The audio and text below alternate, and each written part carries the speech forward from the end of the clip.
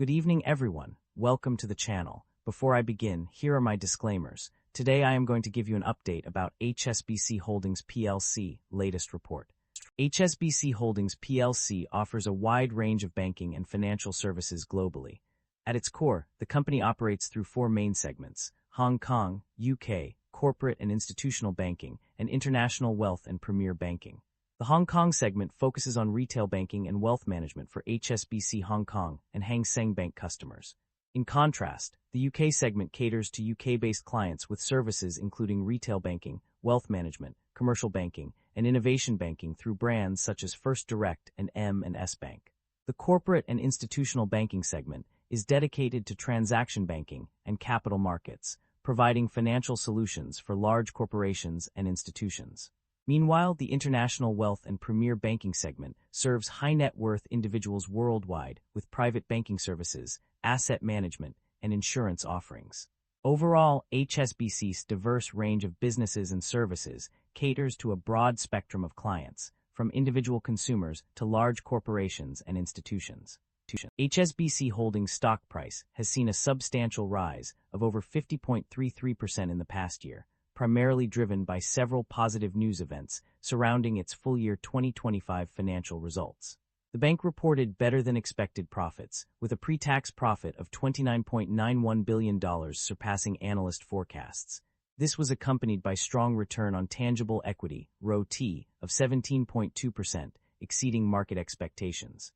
The bank's net interest income grew significantly, reaching $34.8 billion in 2025, and it projected a 2026 banking NII of at least $45 billion, surpassing market expectations.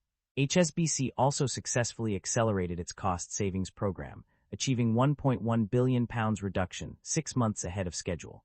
The company's revenue growth was fueled by an increase in wealth fees and foreign exchange income. The bank's positive financial results were further boosted by its commitment to a 50% dividend payout ratio for the next 3 years, with a full-year dividend of $0.75 per share declared for 2025. Overall, these positive news events have collectively boosted investor confidence, leading to the significant increase in HSBC's stock price. The income statement shows that the company revenue have been declining annually and operating income have not been increasing. This shows that the business is under pressure with rising cost and its management is unable to expand the business. The primary drivers of revenue growth or decline can be identified through an analysis of various factors.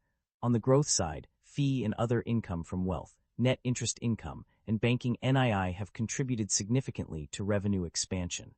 The Hong Kong business has seen a 6% growth in revenue, while the UK business has delivered a 5% increase.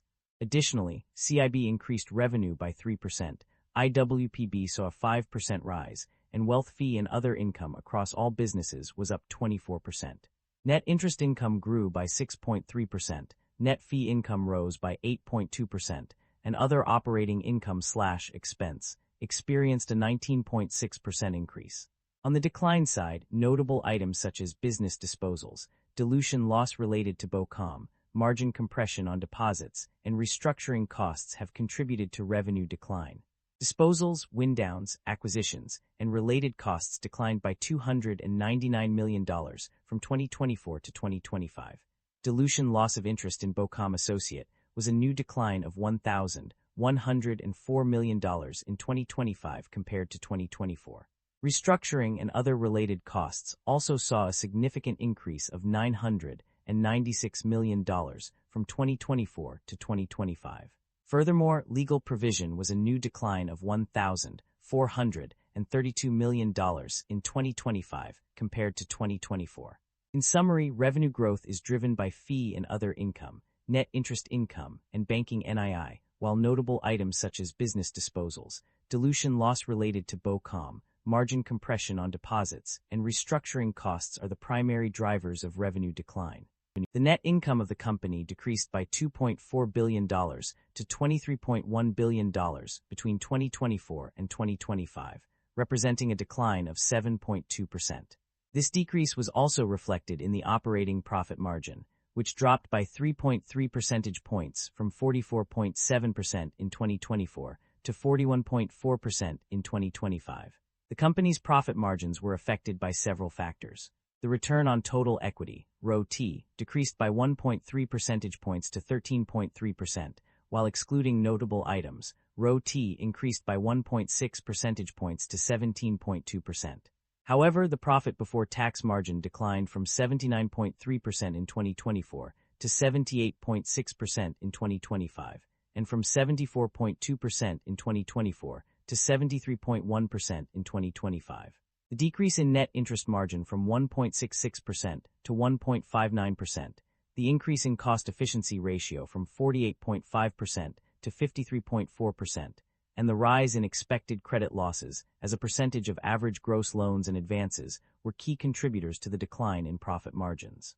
These factors collectively impacted the company's bottom line, resulting in a decrease in net income and profit margins between 2024 and 2025.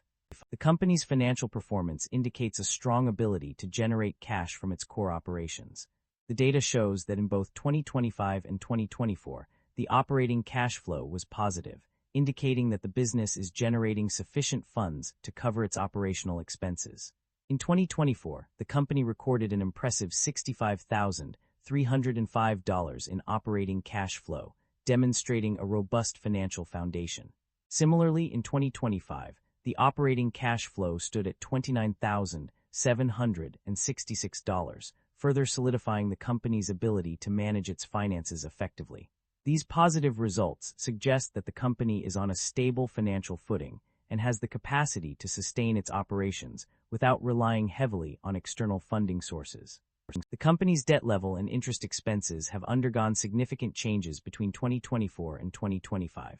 In terms of debt level, the total external assets increased by a substantial plus $93.2 billion, or plus 3%, from 2024 to 2025. Additionally, guarantees and other contingent liabilities rose from $110,019 million in 2024 to $120,324 million in 2025. However, the total regulatory capital also saw an increase, rising from $172.386 billion in 2024 to $182.371 billion in 2025. On the other hand, interest expenses have decreased significantly. The interest expense dropped from $75,898 million in 2024 to $63,078 million in 2025, representing a notable decrease of $12.90 billion or 16%. Furthermore, interest paid also saw a substantial decline, decreasing by $12.9 billion. Overall, while the company's debt level has increased in some aspects, its interest expenses have decreased significantly, indicating a potential improvement in financial management and cost reduction efforts. The company's performance varied across different regions and segments. On the positive side, Hong Kong and International Wealth and Premier Banking showed significant growth in profit before tax, with increases of 6.3% and 10%, respectively. These results indicate that these areas are performing well and contributing positively to the company's overall financials. In contrast, some regions and segments struggled. The UK experienced a decline in profit before tax of 1.3%, while the corporate center saw an alarming drop of 281.4%. These poor performances suggest that there may be underlying issues within these areas that need to be addressed. Management is optimistic about the company's future prospects, aiming for a return on tangible equity, ROTE, of 17% or better from 2026 to 2028. This growth is expected to be driven by year-on-year revenue increases, with a target of 5% growth in 2028 compared to 2027. The company plans to achieve this goal through a focus on customers and the accelerated execution of its strategy, leveraging technological advancements for future growth and competitiveness. To become a more agile organization, management aims to simplify operations and reduce costs, targeting $1.5 billion in organizational simplification savings by June 2026. Management also expects the global economy to expand in 2026, driven by growth in trade and AI hardware demand. As a result, the company will focus on expanding its presence in fast-growing regions, particularly Asia, where it sees significant opportunities for growth. Overall, management strategy is centered around driving growth through customer centricity, operational efficiency, and strategic investments in emerging markets. By achieving these goals, the company aims to deliver strong financial performance and create long-term value for shareholders. The acquisitions and divestitures made by the company are significant transactions that have a substantial impact on its financials and operations. The acquisitions include the privatization of Hang Seng Bank, which was purchased for $106 billion, $13.7 billion, through a scheme of arrangement. In terms of divestitures, the company has sold various businesses in different regions, including Canada, Argentina, and France. In Canada, it sold its retail banking operations to a consortium comprising Hsbc Life plc and CCF, while in Argentina, it disposed of its business operations. The sale of HSBC Argentina resulted in a non-deductible loss, whereas the disposal of HSBC Canada led to a non-taxable gain. The company has also made significant divestitures in France, including the sale of its retail banking business and the redemption of securities worth $2.45 billion. Furthermore, it canceled shares worth $390 million and reclassified foreign exchange transactions amounting to $5.8 billion on disposal or dilution of a foreign operation. In addition to these divestitures, the company has also sold HSBC Life, UK, Limited to Chesnara plc for $6.6 billion, transferring liabilities worth $6.4 billion in the process. These transactions demonstrate the company's efforts to restructure and optimize its operations, leading to significant financial implications. The company has demonstrated its commitment to returning value to shareholders through various means. One key aspect is the payment of dividends, which has been a consistent practice over the past 2 years. In 2025, the dividend per ordinary share was $1, while in 2024 it was $0.75. The total amount paid out in dividends for 2025 was $16,410 million, with $13,482 million of that going directly to shareholders. In addition to paying dividends, the company has also engaged in share buybacks, a strategy aimed at increasing shareholder value by reducing the number of outstanding shares. 2 notable share buybacks were conducted in 2025, totaling $6 billion. Furthermore, the company has also made significant investments in share buybacks, with $11,043 million and $10,000 million spent on this initiative over the past 2 years. Supply chain disruptions loom large. The possibility of supply chain disruptions is a pressing concern for businesses and industries. According to recent reports, there are indications that inventory buildup and supply chain disruption may be on the horizon. This issue has been highlighted in various studies and analyses, with some pointing out potential vulnerabilities in global supply chains. One area of particular concern is the risk of inventory buildup, which can lead to costly delays and inefficiencies.